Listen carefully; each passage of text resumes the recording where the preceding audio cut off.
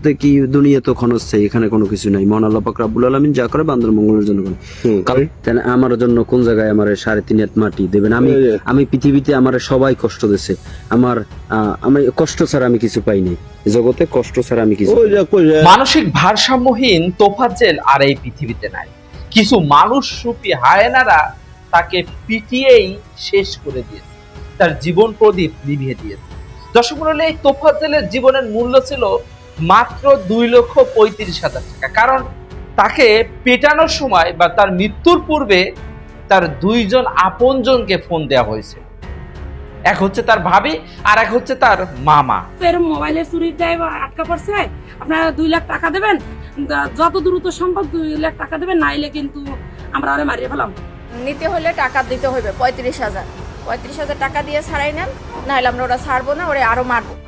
তাদেরকে ফোন দিয়ে একজনের কাছে 35,000 টাকা এবং অন্যজনের কাছে 2 লক্ষ টাকা চাওয়া হয়েছিল।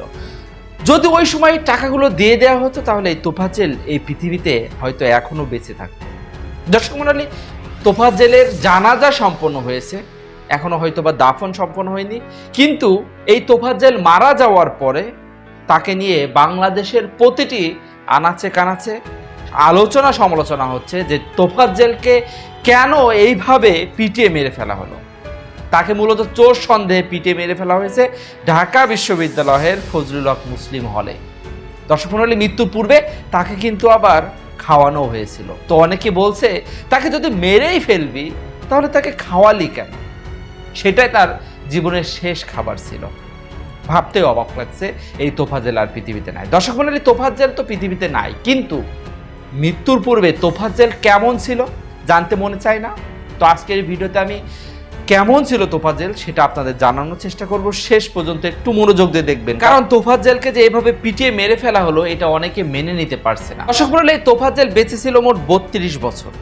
তার বাবা মারা গিয়েছিল 8 বছর পূর্বে। বাবা মারা যাওয়ার পরে কিছুদিন পর তার মাও মারা যায়। আপন বলতে ছিল শুধুমাত্র একটা ভাই, পুলিশে চাকরি করত, তাও 1 বছর আগে লিভার ক্যান্সারে মারা যায়। একবার ভাবুন তো, যার বাবা মা ভাই আপন বলতে কেউ নাই, সে কিভাবে স্বাভাবিক থাকে? তার আপন বলতে একজন ভালোবাসার মানুষ ছিল, সেও তাকে ছেড়ে চলে যায়। তাহলে সে তো নিঃসন্দেহে পাগল হয়ে যাবে, মানসিক ভারসাম্যহীন হয়ে যাবে, এটাই স্বাভাবিক।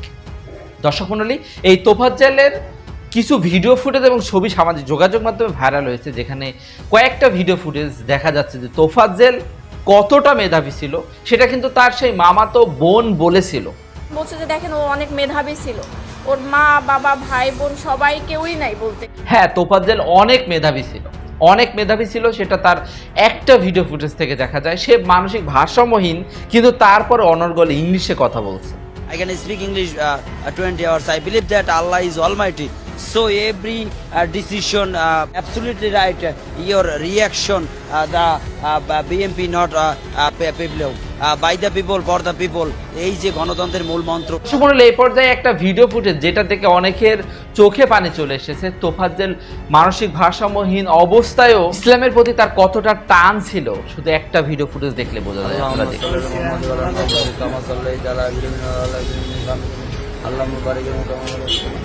আস্তাগফিরুল্লাহ, আস্তাগফিরুল্লাহ। আল্লাহ তুমি আমার এই আস্তাগফিরুল্লাহ 1000 কোটি বছর বাঁচার তৌফিক দান করো।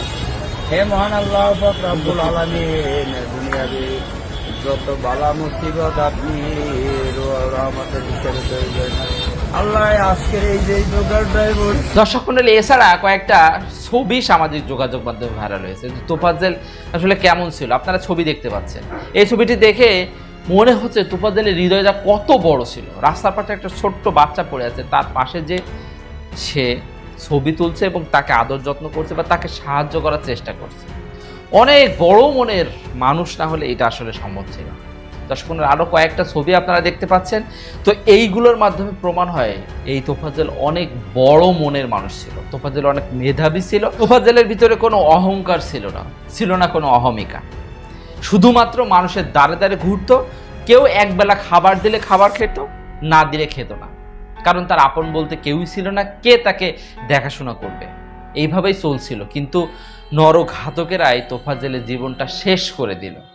চোর সন্দেহে এইভাবে গেস্ট রুমে নিয়ে যে জানালার গ্রিলের সাথে বেঁধে কি নির্মম নির্যাতনটাই তাকে করেছিল, যে তার জীবন প্রদীপটাই নিভে গেল।